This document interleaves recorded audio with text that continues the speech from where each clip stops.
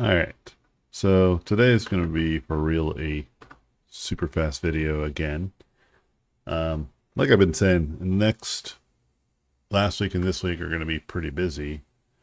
And so I think though after this weekend we will probably be in the green, mainly because yeah, most of the move is pretty much done. We got all of the furniture minus a couple other things, but it's just building one thing at a time every day. It should be good. Um, but I'm gonna do a quick video and talk about a couple things, regardless, to kind of keep y'all going. A couple things I want to say about that. It's oh man, in 10 seconds thinking about a brush I want to use. Hold on. I was just thinking about this today. I was like, oh, I want to use this brush that I've been using. I haven't used in a bit. Oh man. Well, let me reduce the resolution here. I don't need this much for this. Let's go 4500. Miss the zeros. I mean, it's marginal what I just changed. Anyway, um, oh man, this is gonna be fun. Let's get a little bit of spice in here though. So, a couple things I wanted to talk about. So, as a result of just life and normal things happening, and me trying to do dailies, a couple things stand out to me. One, a lot of you absolutely are inspired by this. I remember reading a few days ago, somebody was saying how they just haven't been painting as much because would paint along with me, and then these long form videos would just kind of inspire them and kind of get them to open up their software and get going. And the fact that I wasn't around in long form, especially when I was sending the short form videos of just pre-rendered paintings I did, those are only like a minute and 30 seconds or minute or 30 seconds, they're not long at all. And yeah, it made me realize the power of like community and the vibes of that. And so, yeah, I mean, listen, I'm gonna still try to find ways to kind of make it out. I think I originally was planning on doing like a recorded videos of me actually live, but yeah, it was just too crazy. It was just never possible for me to just sit in front of the camera. And plus, I never built a precedent around that, and so I didn't really have a proper system that I felt comfortable doing anyway. So anyway, long story short, um, I see you guys, and I appreciate y'all. Those of you who are out there, ride or die folks, who really are trying to level up their own abilities and use me as a vessel to help them get started. I appreciate that, and I validate that. I think that's totally reasonable. Um, Another thing that kind of stood out to me was because of this lull, and I was checking the numbers, and I rarely just look at. I think in the beginning I was looking at them a lot, just because it's just exciting. But eventually I just stopped. I was like, okay, cool, I get it. And I was just looking at them again, out of curiosity of like what's been going on, and they're like absolutely lower, like dramatically lower. Um, Not enough for me to like care about it meaningfully, but enough to make me realize why a lot of popular YouTubers in general, or any content creator, um, can be wildly overwhelmed with the popularity of their channel. And I can imagine the more popular, the more insecure you may become because of like, oh my gosh, my numbers, I need to keep them up. And that's just not sustainable. I don't really care who you are and how popular you are and how successful. I mean, this just lends to why you see a lot of popular creators in general run into this catalyst.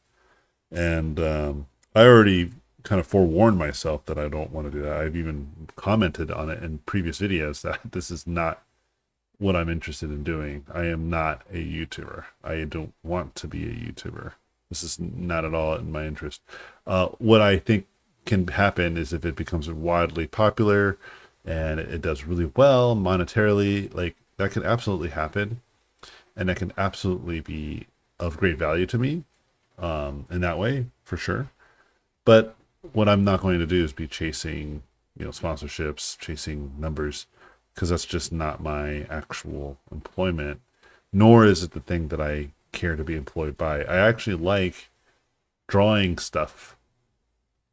Working with other people is really important to me. Like it's not just a matter of like making money because I work with other people and it's like jobs. Like I just got landed a couple other gigs, illustrative gigs, and I'm very excited about them.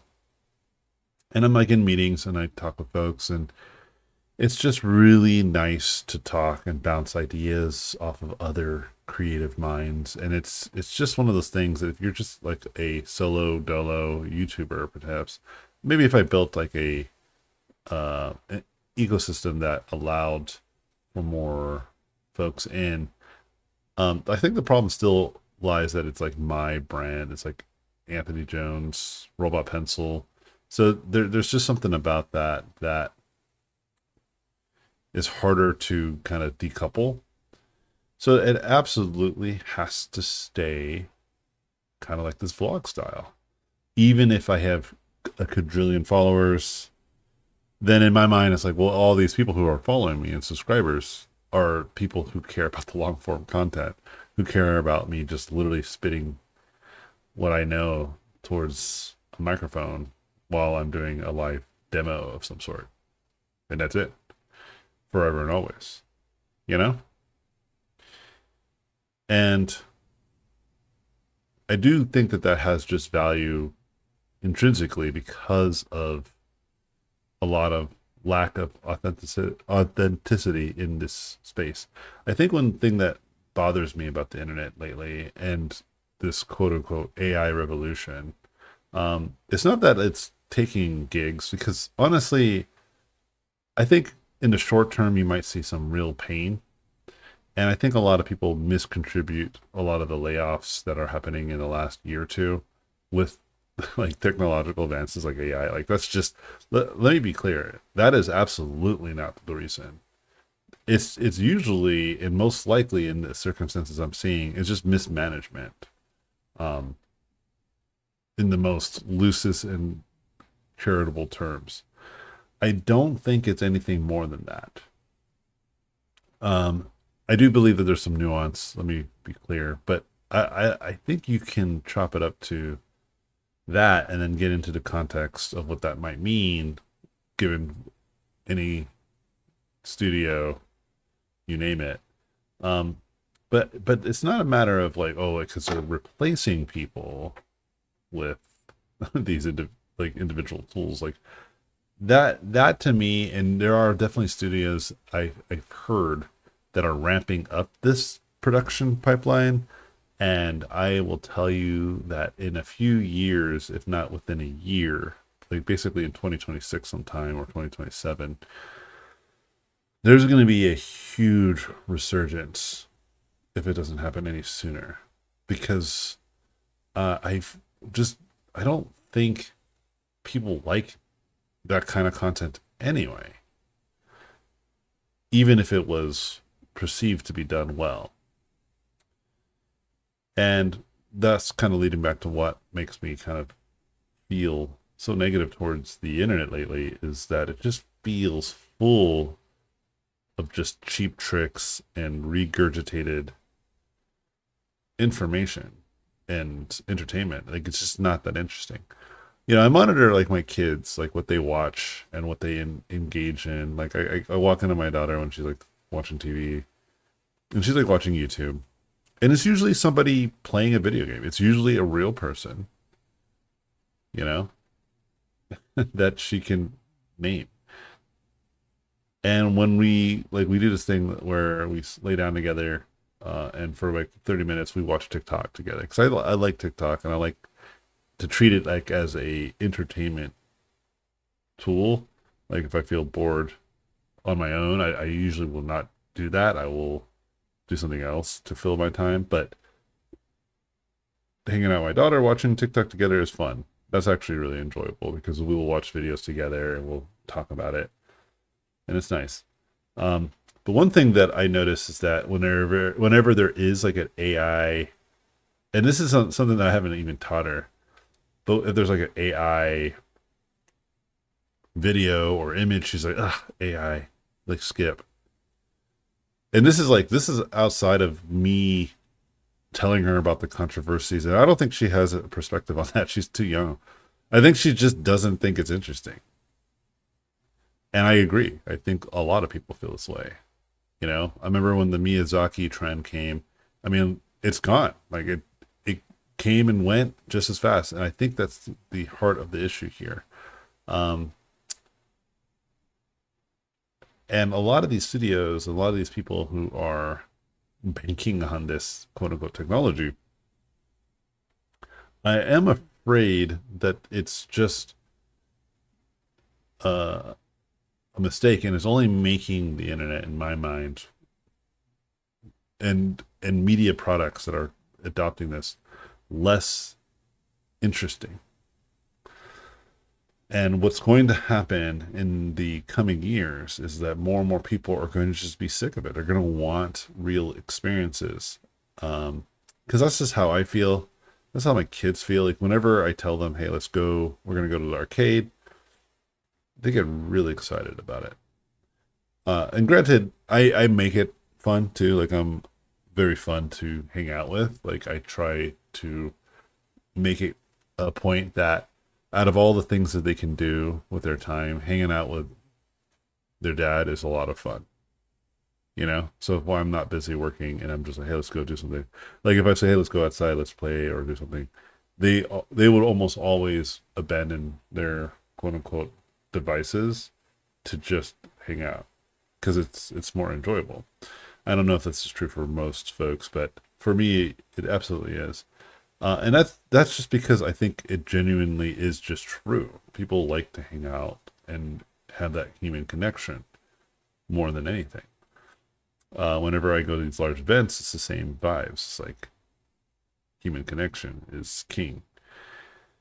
So, you know, I'm just like looking at all this stuff, I'm looking at like the algorithm, how even as a quote unquote content creator, and maybe those of you who are popular content creators who might follow me and watch, you might comment on in the comments and kind of relate. Uh, yeah, it's like, yeah, it's even on the back end, something that's there. And it's just fascinating. I felt in my gut for like just a moment. I was like, ooh, that sucks. Like maybe I should do more videos, or maybe I should like just for like half a beat.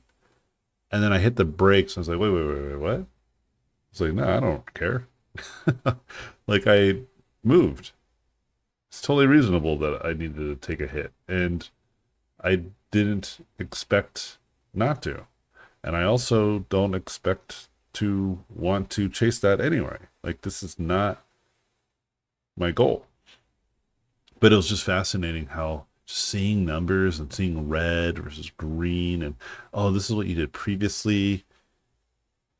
It was just fascinating to me. I was just like, ooh, dang, they're really even trying to get the creators to be hooked on creating,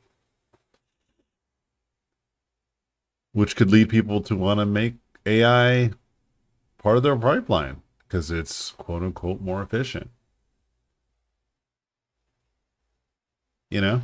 And it goes back to like what I was talking about, like when I was moving with my family and building furniture, about the measure twice, then cut once. And there's something still to that, even in this paradigm. It's like, well, what are we trying to be more efficient at? Like, what is it that is more efficient that you think you are replacing with tools? You know?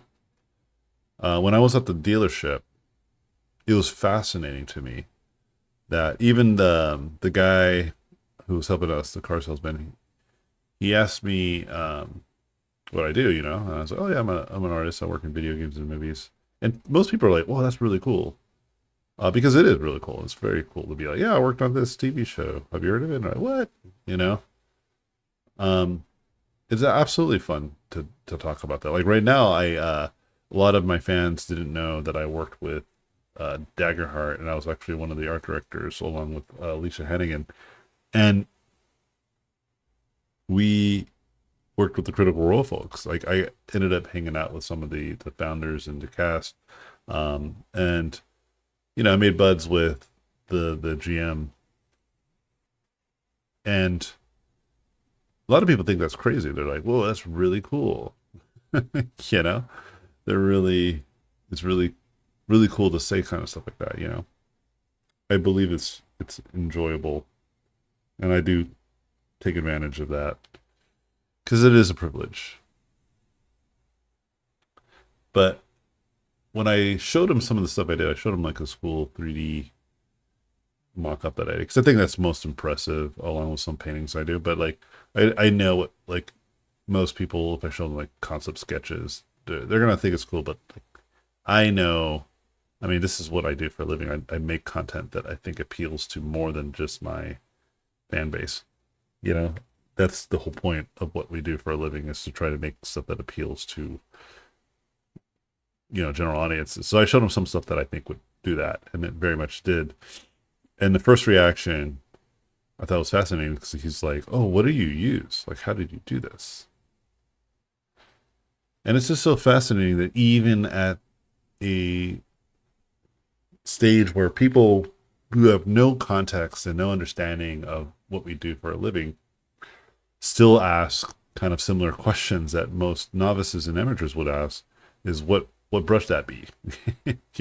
What tools are you using? And I thought that was incredibly fascinating.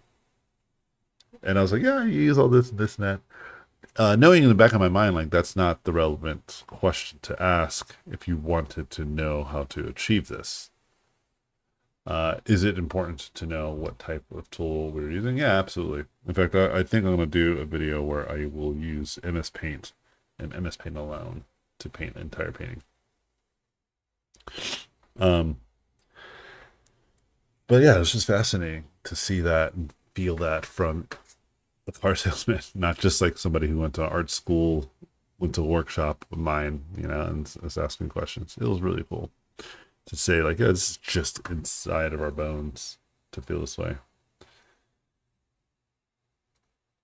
But yeah, it just got me thinking about all of this stuff, about all of these things that we do, and how we're always trying to speed run or streamline our skills. Like, how do I get more skillful faster? And I just come to the conclusion that's just the wrong take, you know? Because think of it this way, like you're charting an island. You haven't you stumbled on a undiscovered island, and you're trying to find and chart every aspect of it to create like a useful map of some sort, you know? And as you're doing this, as you are charting the map,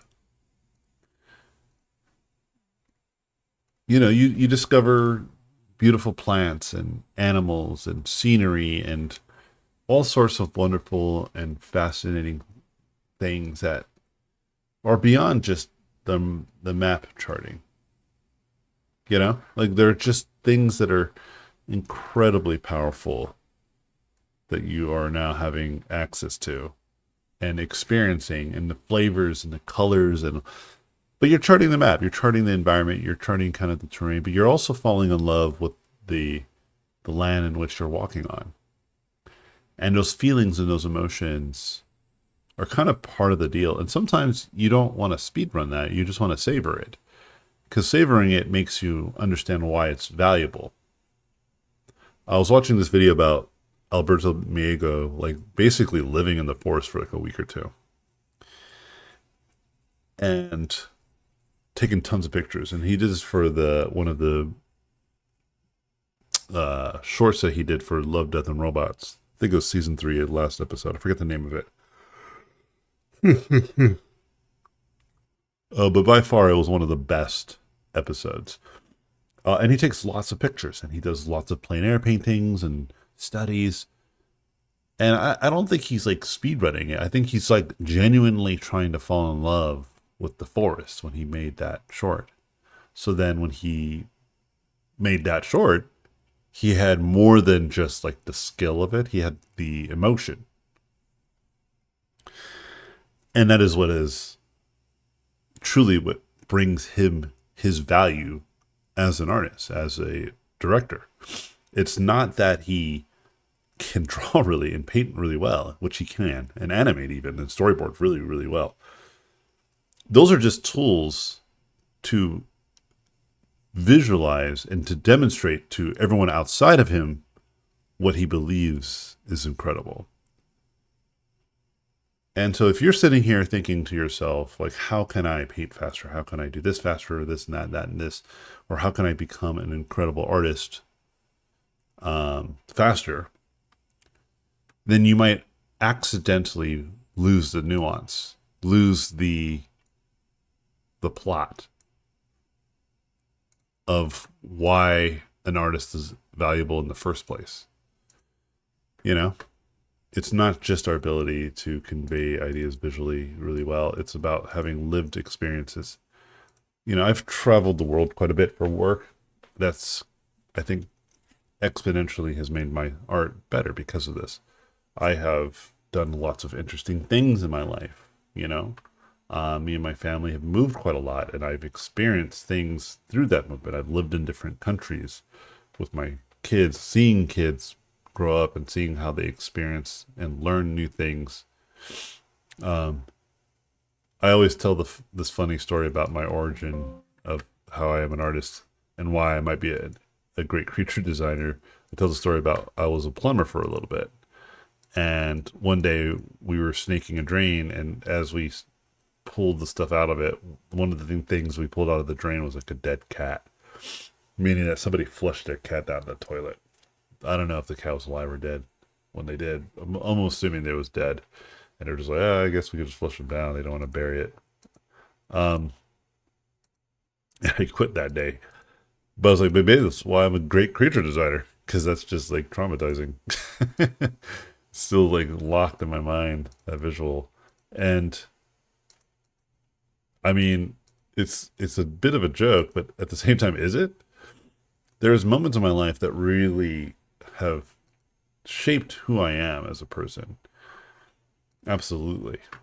From even the way I manage is a consequence of hard lessons learned hard. I still keep on learning very challenging, very hard lessons, even to this day. And so it's just becoming more and more obvious to me. This is what brings me great value on projects, is not the fact that I can paint really well. It's that I can actually relate to a lot of people and have a lot more emotional connection to what I think makes good art. And I believe this is why people tend to bring me on projects, not just because of my skill alone, but the skill is presented. Like when you see me draw something, it tends to stand out, you know, half the time. And I think it's because I see a lot of artwork and I'm always kind of saying, oh, you know, I think this could be a little bit different. Let me try this a little bit differently, you know? And that kind of stuff just adds up. So I think that's just all I have to say for today. Wait, hold on. Did I screw this up? Let me see. I like both. I like this new version and I like this version. Here, let's do this. Let's bring back the old version. Let's do some fishy adjustments to see what happens. Actually, let's not do that. Let's just do slow back to form. Let's give it some subtlety. I do think I also want to like change the vibrancy of this.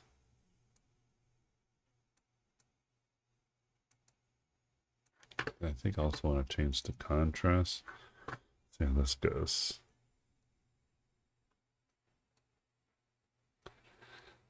Yeah, this is fine for now. I'm gonna call it a night. Um, but yeah, man, just lots of stuff on my mind, especially when I'm just building furniture. It's just like I'm just thinking about stuff, and so yeah, don't speed run it. I think that there is great value of being a good painter and speed painter, absolutely, for all sorts of great production reasons. But don't speed run what it means to be good at this craft. That part I don't think you ought to chase. You know, you should really savor it and really understand why it matters to you, because that's the kind of thing that will help you focus. You know, so try not to speed run your skills truly, and don't let all this stuff look like this is innovation. It's gonna, you know, it's gonna change everything. But in reality, it's like anybody who's looking for tools that will make everything easy. I mean that skill is unvalued. Like there's no value to somebody who wants to do all the stuff that's easy to do because everyone else in the room can like do it. And so as by nature of like supply and demand, like it's in supply, all of this junk that people are making because it's just easy to do. And I saw this engineer guy talking about this too. He said, you know, one thing he realized was that he doesn't have good artistic taste. So even though he would use something like Midjourney, he'd be like, "Oh, looks great," but in hindsight, it was like whatever. But because it looked cool, and he's like, "Oh, this looks passable," but then when he compares like to other stuff, he's just like, "I don't know," like it kind of looks all the same. And then they ended up hiring an artist to work on their game, and he was like, "Yeah, this is night and day." Like when you hire somebody who can like understand nuance and who also has artistic taste because they've developed it, they've earned it, they've trained it, then it becomes very obvious that your taste is like remarkably bad and no tool's going to replace that. You know. And I was like, yeah, this is absolutely right. This is why I feel like someone like myself keeps getting job opportunities. And ironically, a lot of people will show me like this AI art that they were using. Right? This is kind of what we're doing, but you could completely ignore this. Like we want something completely original, something that really stands out, which tells me that they tried to kind of go the easy route, but ended up like crashing and burning, you know? So keep your heads up. Don't speed run this, y'all. Try to stay focused. Try to stay good. This video ended up being a little bit long anyway. Anyway, I'm gonna go take a shower and hang out with my wife. Cheers, friends.